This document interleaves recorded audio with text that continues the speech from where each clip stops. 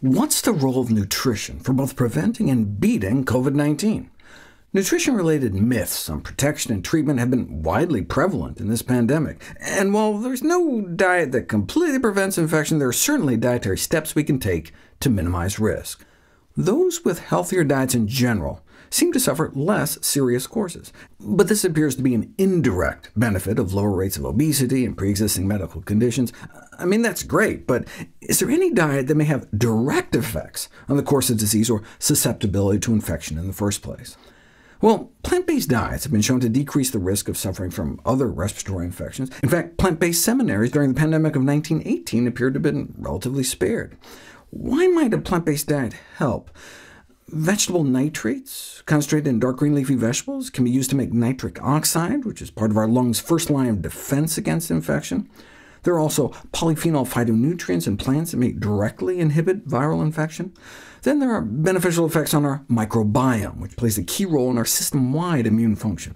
Fiber-containing foods facilitate more of a symbiotic relationship with our gut bugs, whereas processed junk and animal foods can have the opposite dysbiotic effect.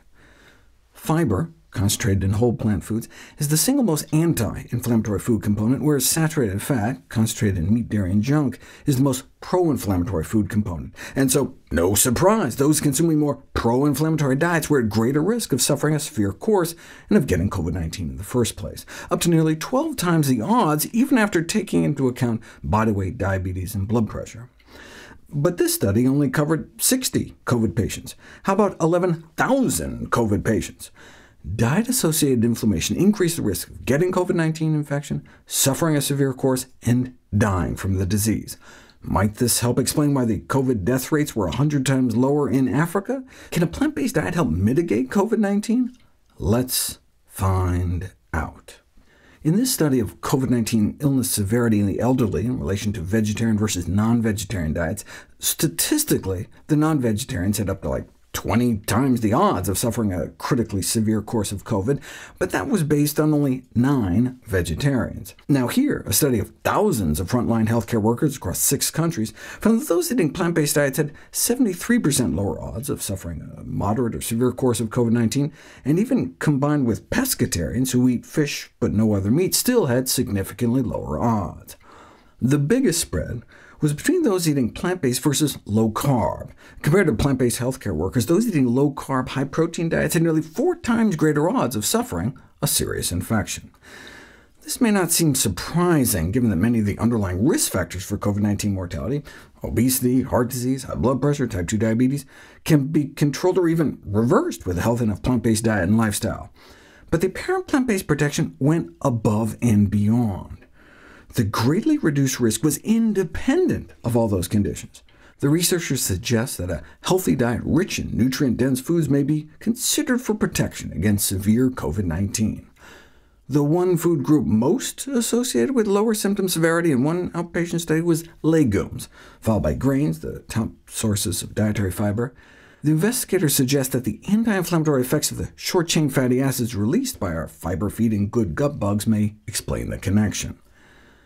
The healthcare worker study enrolled a few thousand people, but Harvard researchers collected data from nearly 600,000 participants using a plant-based diet scoring system, where you get points for eating healthy plant foods, but points deducted for meat, eggs, junk, and dairy. And indeed, those scoring higher not only had a significantly lower risk of suffering a severe course of COVID-19, but also significantly lower risk of getting infected in the first place. And again, this was after taking comorbidities into account, alongside non-dietary risk factors such as exercise and smoking. Bottom line, the best available evidence suggests plant-based diets are beneficial in directly reducing the risk of severe COVID-19 symptoms and the risk of infection, even independent of other health-related factors. A more Mediterranean-style diet may reduce the risk of infection by 22%, while an even more plant-based diet may cut infection risk in half. For dealing with long COVID, a plant-based diet has been suggested based on the abundance of data showing positive associations of plant-based diets with improved immune function, neurotransmitter balance, pain and inflammation reduction, improved sleep, and mental health. So in terms of lifestyle adjustments and long COVID management, large-scale promotion of plant-based eating may have the potential to improve physical and mental impacts, but this has yet to be put to the test. There was a study that suggested those who eat more vegetables are less likely to end up depressed, and those who eat more nuts, beans, and whole grains may end up less depressed, anxious, and stressed after COVID, whereas stress levels were correlated with higher meat intake.